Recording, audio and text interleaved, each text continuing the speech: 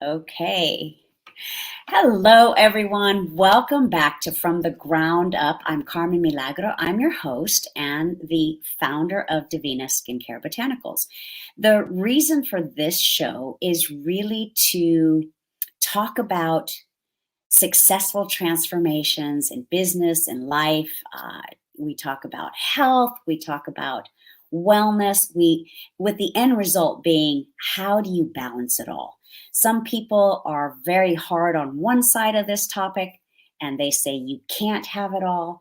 Some people say you've just got to power through, and different people have different opinions. So, for me, the successful transformation starts with the truth about your work-life balance from the ground up and the inside out. And on this show, it's a quest to find out these truths and nuggets of wisdoms and strategies from the best of the best industry leaders, best-selling authors, musicians, artists, captains of industry, real estate investors, you name it, because everyone's journey is different. And I'm hoping that their stories will resonate with you and help you. So that's pretty much it. It's, people from all walks of life. I'm here to find out their truths. Is work-life balance truly possible? Or is that sort of this myth that people are perpetuating? Today, I am very, very excited to bring you an incredible guest. He is a modern day Renaissance man, a real estate artist. He's a 7-time international best-selling author. He's an ultra marathoner. He's also an actor and an aspirational speaker. And he sees opportunities and he creates realities where none existed before. That's pretty magical. And we'll get into that because he's going to share some of that information with us. But he also considers himself, and I love this word, by the way, he considers himself a Philanthro-Capitalist. So welcome to the show, Mr. Frank McKinney. Hi, Frank.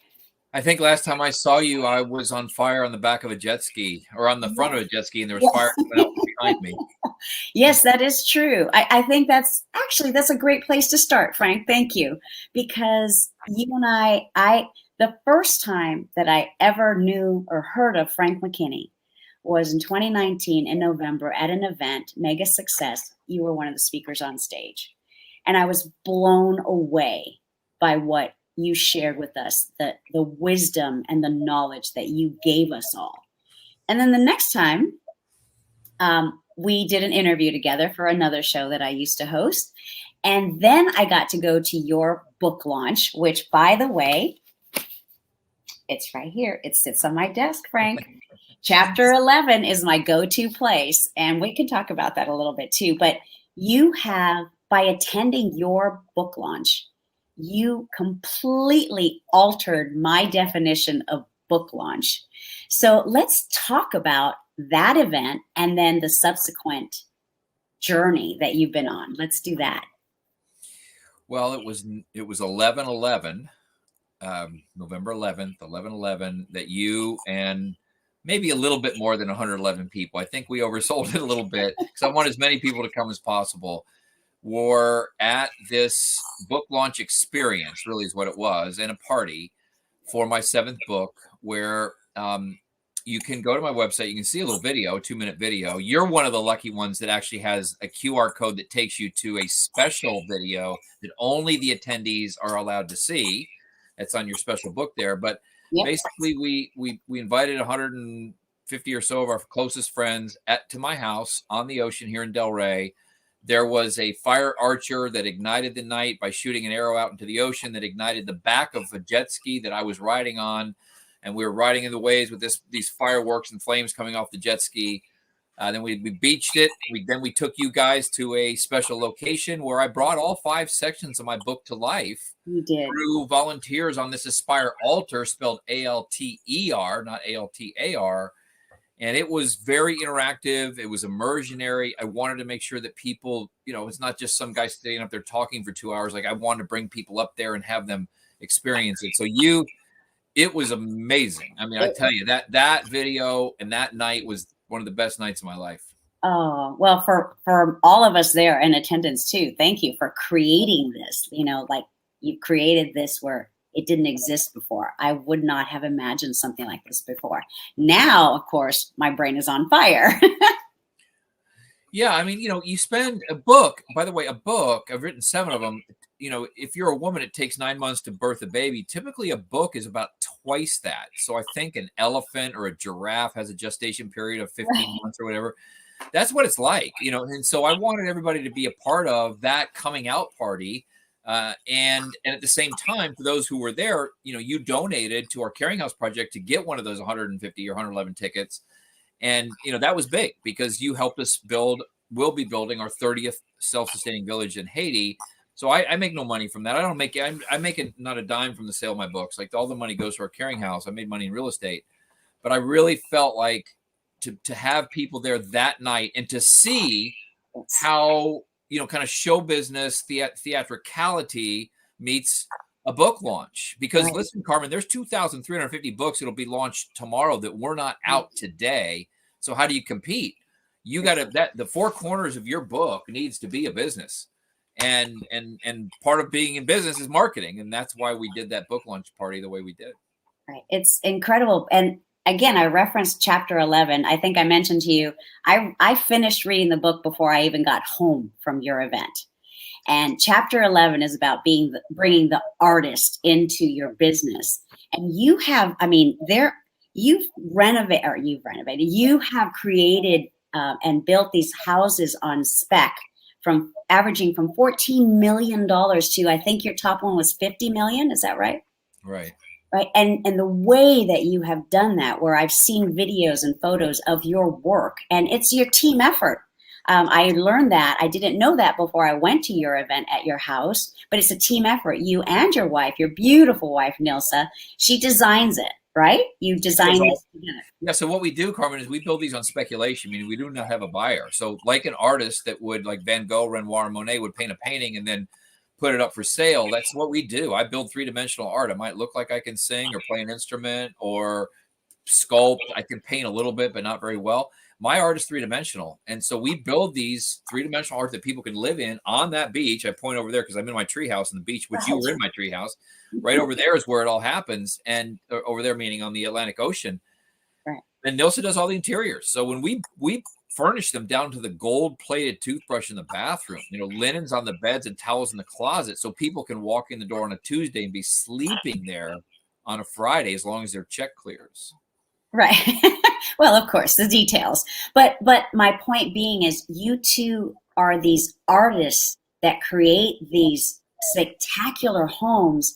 And what you said earlier before we started recording the show, I really would love for people to understand that, I struggled quite a bit in the corporate world because I was too artsy, too creative for the business world. But then in the music world, I talk about the business of music, and I would bring up, all these business discussions. So I just ended up creating my own path, calling myself an entrepreneur artist. And I love how you've also taken all of this and you are a Philanthro-Capitalist. Can you talk a little bit about that part of being, this creative artist, business person, and then parlaying it into changing the world? Because that's what you're doing. Yeah, 2 separate discussions. Really, taking an artist approach to your craft is a little bit different than being a Philanthro-Capitalist, and I'll explain the difference in the two. So I implore people in business to do what you did, be an entrepreneur artist, and basically learn to train the right side of the brain, which is the creative side. Many of you watching this and listening to this will say, oh, that's easy. I've grown up as a creative, but my partner, he handles or she handles the business side, the statistical, analytical side. My left brain is dormant. It never came to life. Well, that is an unfortunate thing that we are taught from a very early age by our parents and by our teachers, that you're one or the other, right brain or left brain. So believe it or not, I came to Florida. I came into business as a left brain dominant individual, having very little right brain creativity. And I said, I don't want that. I want to awaken the synapses of the right side of the brain so that I could be creative. Everybody thinks, oh, you're this artist. Well, I didn't come down into business that way. I was extremely analytical and statistical because my grandfather and father were bankers. So taking an artist approach to your craft says, I'm going to awaken your craft being business. Okay. Right. I'm going to awaken the right side of my brain so that I can toggle back and forth in nanoseconds between right brain, left brain. The people that you look up to in business, let's say Elon Musk, for example, do you know for a fact that when he thinks about putting a SpaceX rocket up into the atmosphere, he thinks right brain and creativity, and then his left brain, maybe the engineer in him says, well, how am I going to land that rocket right back down where it took off? And when it's up there, I'm going to drop off a few satellites and make a couple $100 million.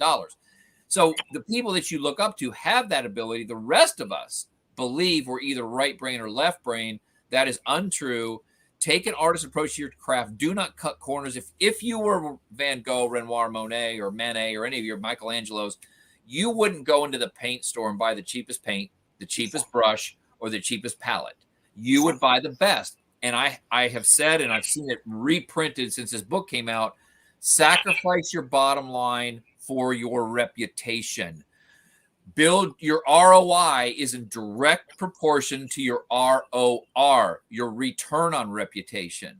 So that is so important to that's what an artist would do. He's going to sacrifice his bottom line, make less money to be true to his or her craft. Exactly. Musicians are the same, authors, like that is exactly it. And when you reach that level of understanding, it just changes the whole everything, the outcome. Like you said, it alters your DNA when you start doing this. I'm taking that page from your book. But I do see, and this is where I would love for you to clarify a little bit deeper, is for me in the world of artists, I've noticed that no matter how I don't like using that, starving artist. I've never believed in that term. But no matter how financially, struggled an artist is, somehow, some way, artists are many, many times the first ones to give back to the community, not just with their art, but of their time, and they donate their services. And, so I do feel like there is this sort of, I don't know how to explain it, but the artist's heart to me is also that beautiful part of being an artist, which in turn, if you're in business, this term that you've coined, Philanthro-Capitalist, is so intriguing to me because I do see it tied to your heart. Yeah. So when it comes, let's stay on the artist, then we'll go to the Philanthro-Capitalist. So when it comes to the artist, and let's, for the sake of our discussion, if you want to be a starving artist, that's cool. But how are you gonna eat? There's too many proud starving artists out there that are, I'm an artist and I'm living in this loft and I have no money. Well, I'm a businessman first and an artist a distant second. I allow the artist to infiltrate the business mind because I want to be creative and I want to be innovative. And that's what's rewarded in business today, creativity and ingenuity. That's why I'm coming to you for my treehouse. Right. All my houses I designed are in my treehouse. All the books, every one of my books, all 7 were written right here from this desk. I've been up here for 20 years. I mean, I go home at night, I haven't stayed here. Right? But that part, I mean, if you are an artist and you're using it to make money as a living, I would ask you to question the mirror, look in the mirror. Are you proud of being a starving artist? And if you are, great. That's good. Continue, but we need to make money. Philanthro-capitalism. So philanthro-capitalism is taking the best of philanthropy, getting rid of the worst. The worst to me is charity. Charity exacerbates poverty, does nothing to do to solve the problem. Nothing. So there is a time and a place for charity, Carmen. And I mean, we've been in Haiti building self-sustaining villages for 20 years now. And I know when there's time for charity, but we coined the phrase philanthro-capitalist because I want to provide a self-sustaining existence in the poorest country in the Western Hemisphere, that being Haiti, which we have done for over 13,000 children and their families. Those children that were eating dirt flavored with bouillon and lemon juice. That's what your purchase of Aspire went to, and that's what your ticket to my party went to. So you take the best of philanthropy, which is the heart, as you referred to unequivocally. It's the heart of the giver. God loves a cheerful giver, so we're giving from the heart. I am getting rid of charity as a means to support the indigent and the poor, because it doesn't solve the problem. I've seen it where it just exacerbates and makes it worse. Then you take the best of capitalism, which is the ability to make money through innovation. You marry the two, and you have 29 self-sustaining villages that we have built in the poorest country in the Western Hemisphere. Not one of those villages have ever called us back and said, we need more help, we need more money. I'm 29 for 29. All of them are thriving, and they know going in, Carmen, that when we're done, there's no more help. They either make it or they don't on their own, because I don't, listen, I'm not going to get political yet. The entitlement programs and the welfare programs are absolutely 100% fine. I believe in the program. I do not believe in an entitlement mentality. A welfare mentality, very toxic. There's a big difference between the program. Every once in a while, you need a little help. Yeah, everyone needs a little help. I get that, and I agree with you 1,000%. That's what it's for. That's right. Listen, if you go back to welfare and entitlements, it goes back to, it predates the Roman era. And then in our country, it started in about, actually after the Great Depression, when people in the 1930s, people needed it as a hand up, a helping hand, pull you up by the boots, and then you move on. But too often you kind of get used to that entitlement that's coming your way without having to earn it. That's not the way we do things over in Haiti. That's amazing, Frank. I want to also focus on a little bit before we get into, sort of finding that balance. You have done all these things. You are all these things. After you had your book launch, you didn't just go and rest, which anyone would have done. That was a big undertaking of coordination, and you were, in the spotlight, and you had all these details for this event. It was a spectacular event. I cannot stress that enough.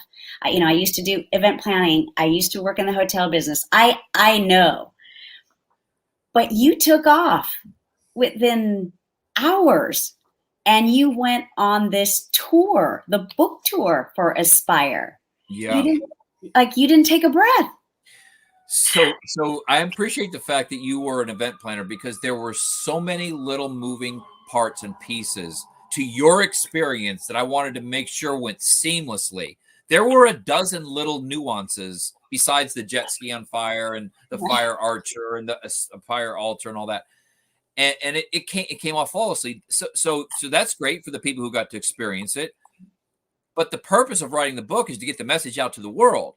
So you're right. Not immediately, like 2 days later, we embarked on the Aspire book tour, which was a very, I would call it an anti-book tour, because typical book tour, well, right now, typical book tours are Zoom.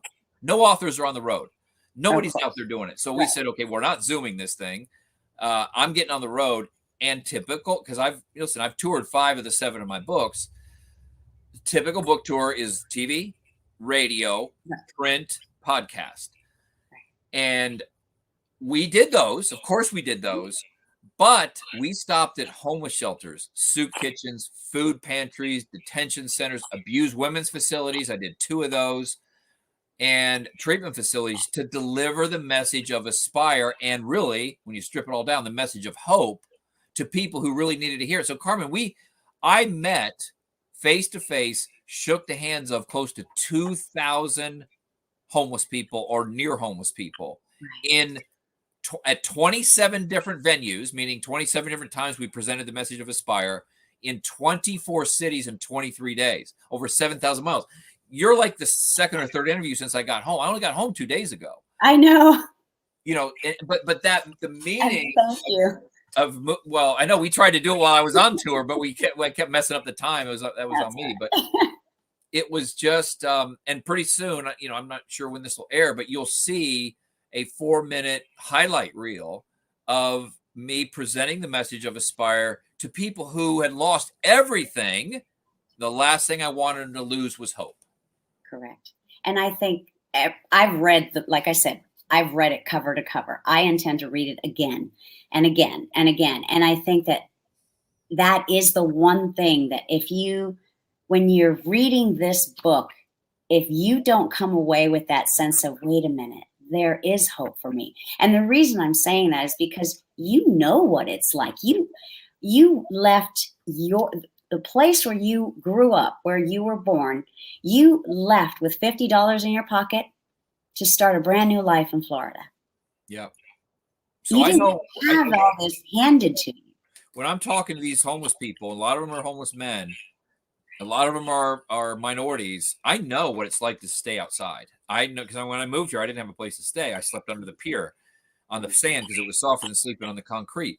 So I have instant credibility, and I believe in them. Like, I care, and if we can get through to 10% of them, that's 200 people that turn. If it's 1%, Carmen, that's 20 people. That's right. Through what? Through what you just referenced, through the subtitle. I want them to kill the person they were born to become the person they want to be, to Right. alter the DNA. And Yes. it's possible if I've done it. And it's not just if I've done it. I can't stand when people say that. If I've done it, you can do it. My book contains examples of a lot of people that I looked up to, that I admire, that you may know if you read the book, that they've done it too. So altering your DNA and creating your own reality through aspiration is I hope this comes out before New Year's, because people are already starting to talk about their New Year's resolutions.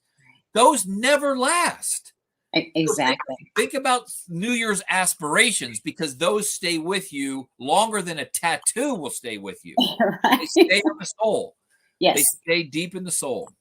Absolutely. And I want to, I think we're going to have to do a part 2, but I want to talk about, again, your willpower, your drive, your passion for what you're doing. A lot of people in our age group, Frank, I think we're pretty close in age, don't have the stamina, the energy. They can't do what you do. I mean, I want to talk about sort of your wellness philosophy, your wellness. What do you draw from? In other words, funny you asked that, because the interview I just did before you is through a company that has provided me with some healthcare products for almost 30 years, and so I'm a spokesperson for them. Okay. And we got into the depth of, and that's not something I talk about often, is think about this for a minute. So 27 venues in 24 cities in 23 days, presenting, and then getting in the car and driving 400 miles. I am no mask. I am in front of homeless people that are, on the street, a lot of germs. Right. And yet I had plenty of energy and came home, at least so far. I haven't come down with any illness, and I've not had COVID or any of that other stuff. Knock on wood. So it would be interesting to do a part 2 when we can get into, health regimen, because health, mind and body regimen, what I do to keep myself sharp and healthy, it's critical. It really is, because it allows me to have that energy level that I can sustain until then I hit the pillow and I'm out. Like, I'm not like this all the time, but it is important. Like, as simple as I drink a gallon of water a day, as simple as drinking a gallon. Like, when I wake up in the morning, I don't do caffeine. I'm really sensitive to caffeine, so I can't do it. But I drink a liter of water without taking a breath. I know that sounds odd, but the first thing in the morning, I take this kind of size liter. Yeah. Mm-hmm. I drink it without breathing, the whole thing. And within 2 to 3 minutes, my brain is wide awake. Interesting. Now that is a tip for you all that are trying to figure out this whole work-life balance thing, because when we're talking about being on the road for 23, it's like, it is like, a musician or a band. I mean, that's my world too, and I do think it's so important. Yes, you feed off the energy of other people, no question. As artists, as an author, when you're on tour, that is something that sustains your soul and it feeds you. But I'm also very practical and pragmatic. I want to be as healthy as I can be all the time. As a CBD educator, right? That's my world. Yep. And that I'm wanting to share that. That's my purpose through my business of how I want to help people. But I think a lot of times when I've asked this question of other people, they just kind of have this blank look, because I look at it as, what are your wellness values? What's your wellness philosophy? Because I think that's really important. And there is this thing, there's it seems to be unfortunate, like so much of our discussions these days, things are divided. But I want to get to this meat of it with you and everyone else. Is there's this sort of this camp that says, hey, you, in order to achieve balanced life, you have to make sure you take care of your spirit, make sure you take care of yourself. And then there's the other camp that says, you know, you can't do that. Like, you've got to power through, and you've got to be successful. No, You don't have time. I can't stand that word grind. Like rise and grind and grind. I mean, come on, really? You're going to grind through your life? Right. One thing I will say though, Carmen, and this is, you know, I know the name of the program here, and it's based on balance. And I don't want to shut your program down after the first couple of weeks, but I'm going to tell you my philosophy on balance is as follows. As a species, homeostasis, we were not meant to stay in balance. If you think about a grandfather clock and the way that that pendulum swings back and forth, when it stops swinging and it's in balance, we're not moving, we're not growing. So I came to the conclusion, and this might be, you know, not everybody has to buy into this, but we spend our entire lives out of balance. So quit struggling and, you know, striving and stressing about this thing called balance. If you're a woman and you've been pregnant, you were out of balance for a good reason for 9 months. And then after that, probably still out of balance with a newborn. You start a new business. You're out of balance. You're not home because that business is important to you. We're over in Haiti. I've left my family. I'm building another. I'm out of balance.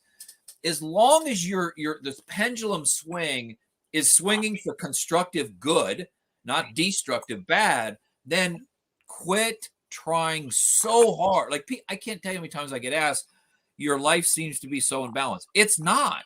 Do you think 27 venues in 23 days? I was so far out of balance for the cause, for the book, for the message. And then I come home and the pendulums will swing in a different direction. But I do not want my life's pendulum to stop in the middle, because I think if we were all perfectly in balance, I think we'd have a really miserable society. Well, I'm actually not disagreeing with you. I find this whole topic is just fascinating, because I haven't been moving at the speed you've been moving or doing all the things that you've been doing. But, you know, I just got back from an event in Florida. I got home with travel and, you know, all that kind of stuff. I got home at 1:30. I was up at 4:00 for a conference call. And once I'm awake, I'm awake. So I had to go to rehearsal, you know, the other day. I mean, all of these things where it's because I'm so excited and I'm passionate about what I love, that's one of my definitions for success. I don't really use the word balance, but I do believe in, you know, we're building our life, creating our reality, to quote you. And how are we doing that? How are different people doing that? I do maintain that there are some practical tips health-wise that we can take, practical approaches to keep us at that optimum level to accomplish what we're trying to accomplish. Yeah. And whatever those are, there's nothing new under the sun. We've heard them all. My approach would be, quit beating yourself up over the fact that you can't stay motivated. You can't stay inspired, because we weren't meant to stay motivated either. That's why there's a multi-billion-dollar industry out there built around motivation. Right. Aspiration is what alters the DNA and causes you to create your own reality. And aspiration is an otherworldly passion for your purpose to create something high and great. Simply put, too much emphasis on passion, not enough on purpose. So I want people to focus on this otherworldly passion for their purpose to achieve something high and great. That is an aspiration. And let's start talking about those going into 2022 versus resolutions, because resolutions fade after 22 days. Right. Yes, I think, it was something you talked about as well. And I had read that before. I've never, ever made New Year's resolutions. I never did. I never really bought into that, but I didn't know why. And I didn't have the vocabulary that you've given us through this book to describe why I've never had resolutions. I just do what I do. Right. I do believe in, you know, doing what your body needs you to do to maintain that process that you're in, to maintain your, however, I don't need a lot of sleep. I know that some people have to have a lot of sleep. I've just been wired differently, but I will say this, when I go to bed, the way that I live my life, I do believe that that plays a huge part in, I can go to this, the minute my head hits that pillow, I am out like a light, because I don't live in regrets. I don't live my life with, like you said, I don't beat myself up. I'm human. You're human. I have some tools at my disposal that I use that I like to share. And I'm always curious about what other people's tools are that maybe I can incorporate that. I'm going to sort of wrap this up a little bit in a few minutes, Frank, but with your passion, your purpose, your insight, and your experience, you know, that whole thing of keeping healthy so that we can keep after what we're doing. Can you leave us with maybe 3 other tips that you do, that you find help you operate at that optimum level? And they could be, you know, physical, they could be nutritional tips, whatever it is that you feel that really helps you stay being Frank McKinney. Okay, so I want to share stuff that maybe you haven't heard. We all know about how to eat right and all that. So this was the new tip, right? We're drinking that without taking a breath, and we're going to drink 3 more during the day. So that's 4 liters, equals a little bit more than a gallon. That's pretty much every day. Now that hasn't been for but like 3 years for me, and I can tell you the difference is amazing. By the way, you do close to a gallon a day. It's free weight loss without doing anything. You're going to lose weight if you're looking to lose weight. Okay, the other thing that you may have heard it, but it's not very commonly accepted or practiced, I would say, is I go to bed real early and I get up very early and I get my physical exercise in, because I'm a distance runner. I run ultra marathons, like 100+ mile races. I do that at 4 in the morning. Like, I can't tell you how, and even if I'm not training for a race, if I'm just in maintenance mode, I might go out on my A1A, which is the road in front of my house, which is right along the ocean, at 4 in the morning, and do my 6 miles, maintenance miles. I can't tell you the creativity and the ingenuity that has come to me while running on that road at that time in the morning. It takes some discipline and it'll take some getting used to, but if you get up early and get that in, you can crash on your couch and eat your potato chips and watch whatever you want to watch at 5 o'clock. You don't have to worry about a workout. You're done. If you don't get it done early, you'll have a million excuses why you can't get it done late. It's true. That's something that I have subscribed to for 30 years. I mean, really getting up early. I mean, of course, there's days I don't. I skip days and all that. I'm human. But for the most part, that practice, that disciplined practice of getting up early and getting the physical workout in is critical.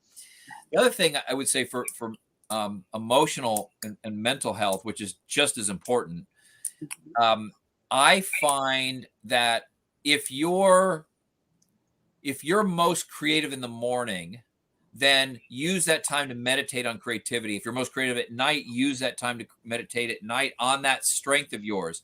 When I was writing 3 books in 3 genres at the same time, a business book, a spiritual book, and a young reader fantasy novel, I realized that in the morning, I was most creative. Therefore, I wrote the young reader fantasy novel. In the afternoon and during the day, I was in the business mode, so I wrote the real estate book. And at night, I would start writing my spiritual book because I was more in my Bible and things like that. So there's times of the day when you're going to be stronger spiritually, creatively, and business-wise. Find those times a day when your brain adapts better, and that's when you want to do your praying, in my case, or meditating if you're into meditation. Right. That's fabulous. Thank you. You'll find the time of day. If you say, okay, so I want to be creative, I need to meditate on something creative. There is a time in your rhythm where you will be more creative, and that's when you want to meditate on that. Right. Oh, I love that. And again, you're giving me these words and these concepts that I kind of relate to, but I never had the actual, I wasn't able to articulate. I can't articulate it right now, but you're really giving me these concepts. And I think that is one of the reasons why I was so drawn to you when I saw you on stage for the first time. because I recognize this language that you're speaking, and I was so curious. I've also, just FYI, I would also love to talk to Nils. I've sent her an email because this show, I want to get different perspectives. So hopefully, she'll be interested in coming on as well.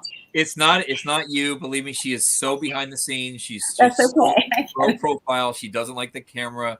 We were talking this morning about, her book. Like she could write a fantastic book. Really, she has so many women that come to her for advice. The fact that her and I have been married for 31 years, there's a section in my book that talks about relationships. I went in there, and that whole section could be a whole nother, episode on your program here. Sure. The significance of a significant other. Relationship pressure creates diamonds or crushes the union. How to marry your guardian angel are all titles to chapters in my book, because relationships in business and in life they're everything.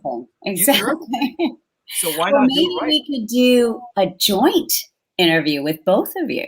She's done that. Okay. Well, all right. So see, where there's a will, there's a way. Yeah.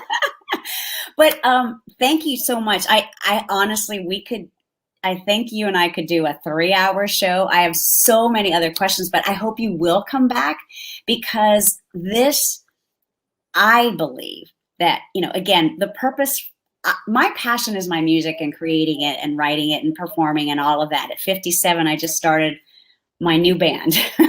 Wow, great. But I've always known that my purpose was to help others. And I am trying to do that with my hemp CBD skincare line, because I've created it I created it in honor of my mom, who died of cancer. And I wish that I had been knowledgeable enough while I was trying to care for her. And I wish I had this information. So that project is the number one project that's in my heart right now. Is I'm creating products that are clean and healthy enough so that cancer warriors don't have to worry about it. Yeah, that's beautiful. And that way, all of us can use it. Yes, beautiful. But I love this format, which, we've also talked in the past about pivoting and how we have to life throws us curveballs. I lost everything, like so many people during the pandemic, last year. And I had to recreate. And I found this another passion of doing these interviews and talking to people and learning, but also sharing. So thank you for being so candid and so open. And I hope you will come back and join me again, Frank. Well, if you want more of that candid and openness, that authenticity, transparency, and vulnerability, you know what to do. Pick up a copy of that book, Aspire, How to Create Your Own Reality and Alter Your DNA. Every book we sell provides 200 meals in one of our orphanages. So go to theaspirebook.com. By the way, Carmen, when they're at theaspirebook.com, I don't know if you've been there recently, but you can read a chapter for free. You can listen to a chapter on Audible, a separate chapter for free. That's very exciting. You can see where the tour went. You can see, everything on this book before you decide to buy it. When you buy it, it's 200 meals in our orphanage. So it's a win-win-win. Yes, it is. So for everyone that has joined us today, our guest today has been Frank McKinney. This is From the Ground Up, and we also give you insights on how to build your reality from the inside out. Thank you, everyone. Thank you, Frank. I appreciate you so much. And we'll have to do this again. Okay. Bye, everybody. Thank you, everyone. Bye-bye.